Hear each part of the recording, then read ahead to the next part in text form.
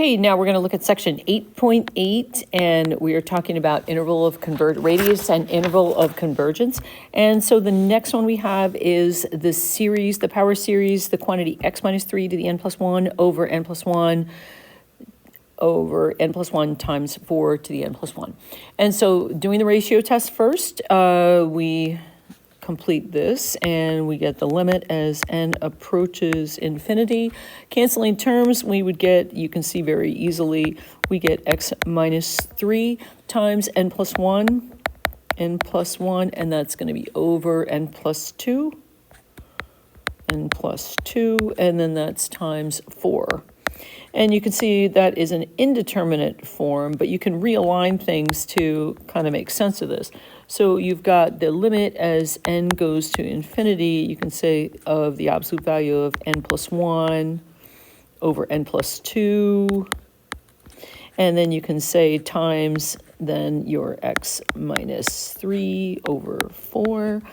And what this is going to turn out to be is going to be 1 times x minus 3, and we'll put that in absolute value, x minus 3 over 4. And then we're going to set that, we're going to force that to be less than 1 for convergence with the ratio test. So we get the absolute value of x minus 3 over 4. We want that less than 1. So then we're going to say negative 1 is less than x minus 3 over 4 is less than 1. So we have negative 4 is less than x minus 3, and that's less than 4. So we get x is between, add 3, 7, and then 1, negative 1. So we get a radius. Now, if you look at the center is 3, right? You look at your form here, and I didn't say that initially, but the center is 3. You can see that with your quantity x minus 3 squared. X minus 3 power, if you will. So let's fix this here. I may have to make this a little bit smaller here just to have a little more room. So we can see the interval of convergence. The center is 3. And I have 7 there. It looks like a 4. Let's fix that.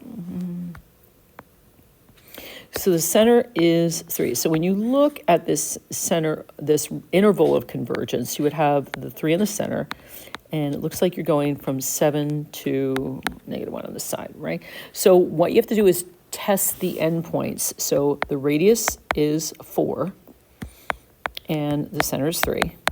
Okay, so we're going to test our endpoints.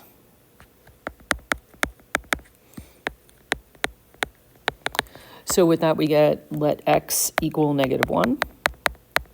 And then we're going to let x equal 7. And we'll set up our summation.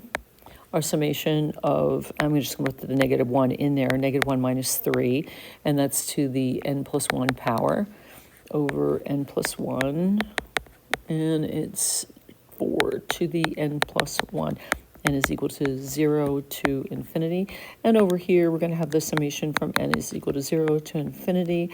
Then we're going to plug in a 7 minus 3 to the n plus 1 power over n plus 1. You can kind of see what's going to happen from the last one. And so then we get the summation of negative 4 to the n plus 1 power over n plus 1 times 4 to the n plus 1 power from n is equal to 0 to infinity. And then we have this one from n is equal to 0 to infinity. We end up with 4 to the n plus 1 power over n plus 1 times 4 to the n plus 1 power. So in canceling the common factors here, we've got this one will cancel here quite easily. We have one more step here. So we can see this one is then, let's draw a line down the center. We have the same situation we got into before, where we have n is equal to 0 to infinity. We end up with 1 over n plus 1, which is a divergent series, right? So we're not going to include the 7. This is a divergent p-series. Well, divergent by the p-series limit comparison test.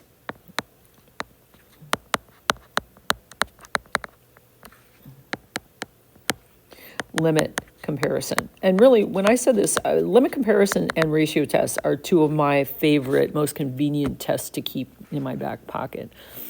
Okay, so we know that this one diverges at the endpoint at 7. So then with this one, we're just going to do what we did in the last one. We're going to say n is equal to 0 to infinity. And that's what you have to remember when you put your work in here. You have to be clear that we have 4 to the n plus 1 here, then over n plus 1 times 4 to the n plus 1. And we're going to cancel the 4n to the n plus 1s. And so on this one, we get this divergence for the p-series comparison. But for this one, we get an alternating series. So we get -1 to the n plus 1 over n plus 1, which can be compared to the divergent p-series. So we're going to say, instead, we're going to say it converges. And without even going through it this time, we're just going to say converges by the alternating series test.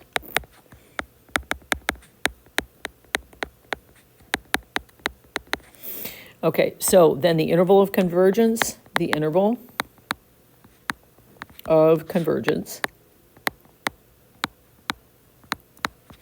is then going to be -1. We're going to include that. No, sorry.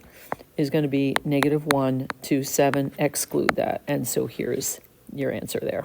Okay, so that finishes up these last two examples for section 8.8, and you have the homework for 8.8 that will be due tomorrow. Okay, and I think we have a part 2 for section 8.8 that we'll run into tomorrow's class, okay? All right, and we'll see you tomorrow. Have a great day, and Alan out.